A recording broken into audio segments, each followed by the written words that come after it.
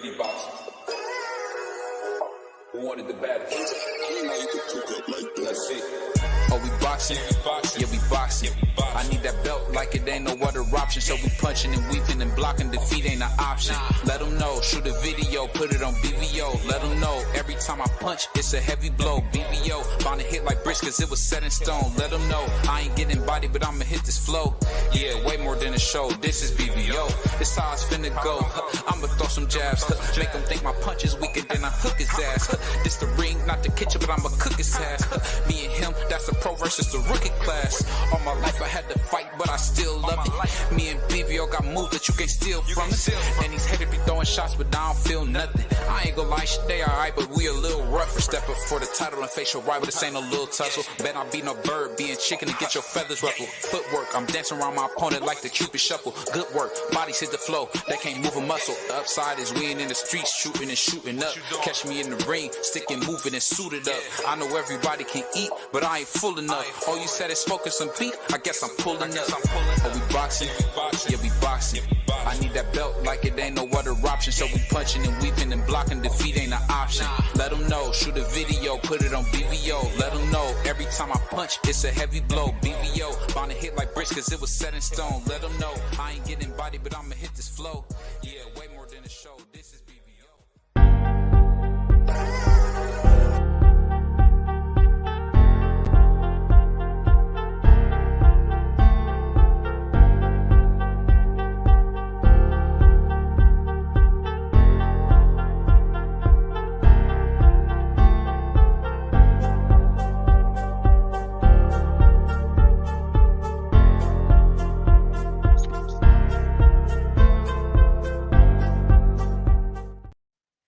Yo, what's up? It's your boy BVO Boxing, man. We back again with another interview, man. One of my favorite guys on Instagram, man. Hanging with Ken. How you feeling, man? Good, man. How you feeling, man? I'm good, man. Question. He a hard man to get a hold of, man. He's a superstar now. I try my best to respond and communicate timely, man. I try my best. But we here now. So. Yeah, we here now, man. So I appreciate you, man. So first thing I'm gonna ask you, man, what got you into comedy, man? I've always been funny, man. So, growing up, had like a traumatic past and whatnot. And the only thing to cope with, those occurrences were to laugh and to joke and to find the comedy and things. So I've always wanted to make people laugh because I've seen how it affects them and what it does to them. It uplifts them and makes them feel better, as a person and whatnot. So I just say, this is my calling. This is what I'm built for. And that's how I got into it. So I ask you this, man. What part of Detroit you from, man? You from out east or the west? Where you from in Detroit? Originally, I'm from the west side. Oh, okay. Yeah. I'm in the suburbs now, I'm of course, yeah. I'm like ducked off, man. I don't want nobody trying to find me, follow me, nothing. I just, stay in the house out here, Hey, I can dig it, man. So what made you come up with the whole character, the Sneaky Link, man? All right, let me give you a backstory. So at first, I took a break from comedy for maybe 4 years or so, because when I was at work, my job started taking me seriously. I was getting promotion after promotion after promotion. I'm like, damn, shoot, maybe I should take this career seriously. But I had to get back into it because I was missing something. I had to fill a void, and that was that comedy. So people kept telling me, you should do this, you should do that, get back into it. I didn't listen. It took one person explaining it to me 2 hours of how I was needed. Game of making videos and whatnot. So I tried it out. I didn't really I started off doing parent content and various other videos before I found my actual niche. So I did parent content to do the come in soft first, pause, but come in that was crazy. Yeah, that was crazy. So and then Then I started to transition into girlfriend versus sneaky link videos. Not the content that I'm doing now, but it was girlfriend versus sneaky link videos. So Right. that the reception with that was like here. It was all the way up there. I was getting all the negative comments. I was getting the blunt of the blow right there. I was getting beat up. They Yeah. beat me up, but I was getting all the followers. And at this point, I'm like, I didn't gain like 20K. At this point, I'm like, all right, cool. I could get used to this, but it started to die down. Uh, Right. I came across this audio that I'm playing that I always play in my background, the aqua. Yo. Now I looked at it, and you when you hear it, it's like, oh, this is good. It reminds you of nostalgia, childhood memories, blasts from Hmm. things from the '90s. What the mall used to look like back in the day, type shit. So Yeah. so I sat on that audio for 3 months trying to figure out what can I do with it. Now, mind you, I did my homework. Nobody Hmm. using it. It was just for nostalgic purposes only. So nobody was using it for comedy skits. So 3 Right. go by and it popped up on my timeline. So I sat on my bed. I was getting ready for work. I sat on my bed and I was like, bro, I'm not leaving until I figure out how to utilize this audio. Right. So I finally figured it out. I'm like, flashbacks. So I started to say to myself, on your way to your sneaky links house, but you keep having flashbacks of you, your girlfriend, and the kids. When I say that off, and I wanted to keep riding that wave, so I started to do all right, cool. I was like, all right, when you're at your sneaky links, bedtime at your sneaky link house doesn't feel like bedtime with your wife and the kids. That Right. did another playtime with your sneaky links kids isn't the same as playtime with your kids. And then I tried to like get away from that same generalization of a caption. So Hmm.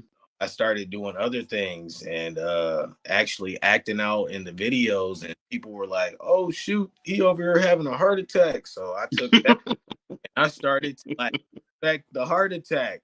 Yeah. And people would call out various things, and then one thing that actually stood out was, dang, sneaky link man always catching heat, or sneaky link man this, sneaky link man. I'm like, why they keep calling me the sneaky link man? So eventually, fourth video, I was like, all right, I'm about to turn this into a thing. So Mhm. that's where I came up with the sneaky link man. Somebody in the comments section kept calling me that, and I was like, all right, bro, I'm about to take this and run with it, man. I appreciate you for doing that, because everybody kept calling me that sneaky link man. So I just ran with it, and it's been good ever since, man. We took over the world. We got our own community, you know Yeah. 2 group chats strong. I didn't got millions of views on so many videos. It's ridiculous, man. And then It's I great to see, man. It's great to see, man. appreciate it, man. This ain't the end. We just beginning. So Another thing I wanted to ask you, man, how did you know that being silent would be such a dope thing to do, man? Because nobody else, I've never seen it. Like you being silent, that's so the dopest part. I challenged myself. That was one of the things I was going to challenge myself, because who's going to creating a conversation verbally amongst different people kind of takes a long time um, to put in place. Right. So I figured I would just shock the world based off of facial expressions and emotions. So Right. see how the reception is with that, and everybody loves it. They're like, he's the only one that I can watch that can explain something in a video without saying any words. I So think that's dope, man, because it give the audience a kind of chance to make their own words and their own stories up and yeah, assert themselves. I like that. yeah, their own perspectives. Yes. So I'm gonna ask you this, man. So being from Detroit, man, who inspired you to get into comedy? Was anybody local or was somebody national? Who kind of inspired you to get into comedy? Inspired me, actually, well, to be honest, it was just myself. Like I Hmm. always wanted to be funny, and I knew I could, but I do have favorites. There are always favorites. So who's your favorite comedian? I have amongst a bunch of them. Corey Holcomb, Cat Williams. Corey Holcomb, I can see that. The original side chick extraordinaire right there. But yeah, him, Cat Williams, Mike Epps, Dave Chappelle, and I'm missing one. It'll come to me.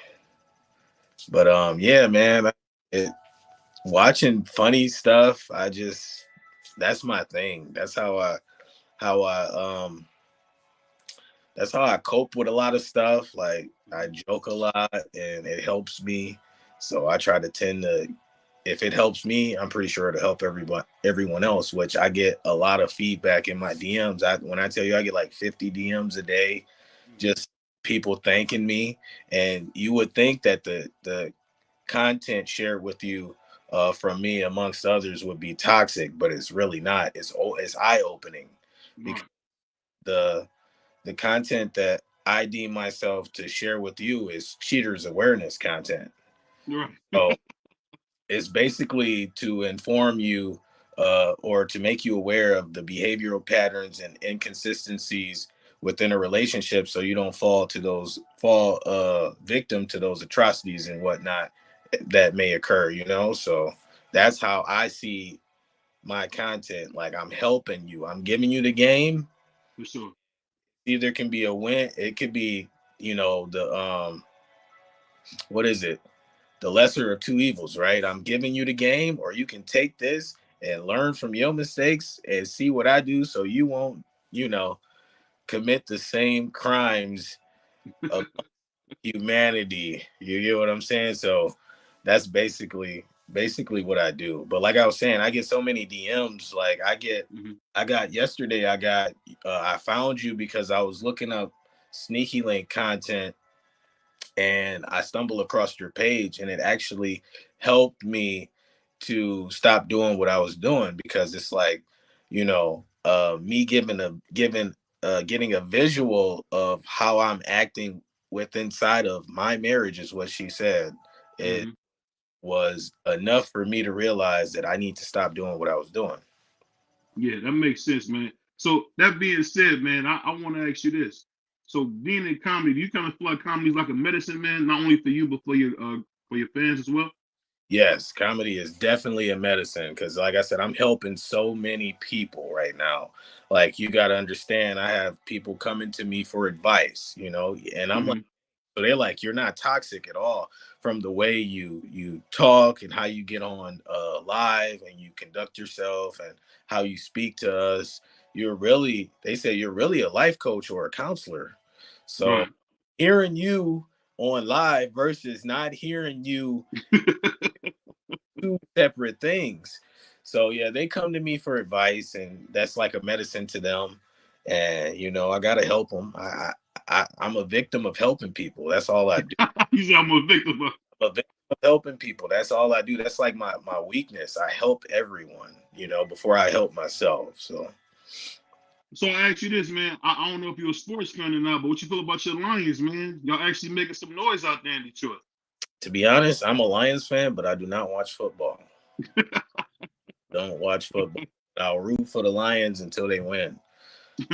But I'm glad that they finally started winning. We were on the downside for a while. Everybody used to, when I tell you, everyone, those Lions games can depict how your life will go in real time. Like, people be really upset about that. So Yeah.